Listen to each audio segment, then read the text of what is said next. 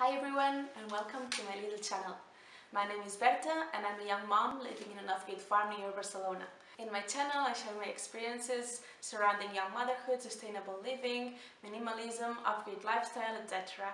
And today I'm going to make a video about my top 5 things that I really appreciate having in my life as a minimalist mom. I'm doing this video in collaboration with MamaKat, who's an amazing mom, an amazing woman, an amazing YouTuber who makes videos surrounding these topics: minimalism, sustainable living, cloth diapering, elimination communication, and she has been a huge inspiration for me during my pregnancy and then afterwards, especially with elimination communication. I will link my video about this topic down below, and also hers, that is a very good one. And she's going to talk also about her 5 top things. So be sure to check her video after watching this one. Now, my first must-have would be this one. Now, this is calendula oil, and I made this myself. I just soaked some calendula blossoms into olive oil. I use that because where I live is the oil that we have the most, and as far as the sun doesn't shine directly on it, it's perfectly fine. So I just soak the flowers in olive oil for 40 days. I left them outside in a bag that was black so the sun wouldn't shine. And then after these 40 days, I removed the blossoms, I removed the bag, and I put the oil in a cupboard for the rest of the year. Calendula oil is great for many things, but especially with babies, is very useful for diaper rash. With cloth diapering, elimination communication, there is not much of diaper rash, but having a child in summer and sometimes going out, so I couldn't see him so easily and all that stuff, it was very useful to have this in hand. It is also very moisturizing, it's great for healing wounds, it's antibacterial, antifungal, antiseptical, so just basically it's a great thing to have in your pantry, and it's very suitable for babies because, yeah, babies tend to have some problems sometimes on their skin, and it's good to have something that is natural and that is just easy to make and cheap. My second thing would be lactation discs. Now, this is not a newborn thing, but since my breasts are so hugely connected to my baby, I thought it was worth sharing. There are these, and I love them because they are ecological, so they are not disposable, they are not one single use, and yeah, they are also very cheap because you can make them yourself, you can buy them very cheap, or you can just get them from a friend and then give them to another friend because they last forever. They also don't have any chemicals or any weird materials that are not cool to have near your nipple or your baby's mouth. And yeah, they are just great for leaking problems. The third thing is also related to fabric, and it's something that is so simple but so versatile and so important, which is that. And that is just basically cotton fabric. In this case, it's a big one that I recycled from a bedsheet, but it's just plain organic cotton. And I love it because I use it for everything, especially using cloth diapers. I like to cut these in some parts and then fold them and use them as inserts. They are very good because they have a very high absorbance. They are very airy, so they let the air come through, and they are like transpirable. And also, as I said with the lactation discs, they are just natural ingredients. You don't have to worry about allergies for your baby. They also don't leave like small particles of material like other fabrics do. So if your baby suffers from some kind of asthma, you don't need to worry about it. I also love this because it's biodegradable, like it's completely natural, and after using it, I mean, it's going to last forever, but if it didn't, you can always throw it in your compost bin. Even though before doing that I would use it for like a cloth for cleaning, but anyways. Besides from using it for diapers, I also cut them in small pieces and I use them as towels for my baby's butt, and I also use it just as a blanket like this one.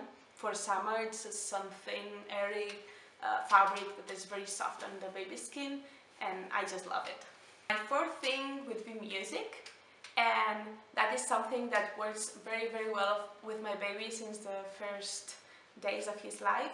And basically, if he's not hungry or needing to poo or something big like that and he's still fuzzy, music like almost every time works. he just quickly gets distracted, he gets relaxed or excited depending on the kind of music, and it's something so easy and so useful for him and for myself, because I feel that when he's fuzzy I just get anxious too, so it's just like a spiral. And there are many studies, if you're interested on that, proving that the benefits that music have on children, but basically they are just great for intelligence development, may it be emotional intelligence, practical intelligence. They are great for stimulating the memory of the babies, so if you're trying to teach them a routine and you're accompanying that with music, it's easier for them to just get the sense of it.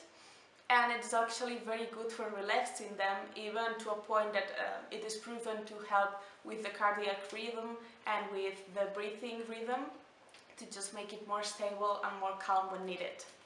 Finally, my 5 must-have would be the tribe, and that is the most important one for me. It's not tangible, well it is because you can hug them, but it's not something that you can have as an object, and it's just people surrounding you. I can see that in many forms. It can be family who comes to your house and helps you prepare food, cleaning the house, or just listen to you and give you some company.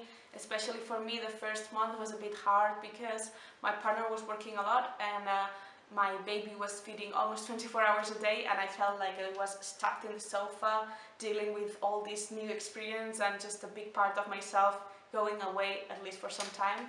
And it was just great to be able to feel human, talking to other humans and doing human things.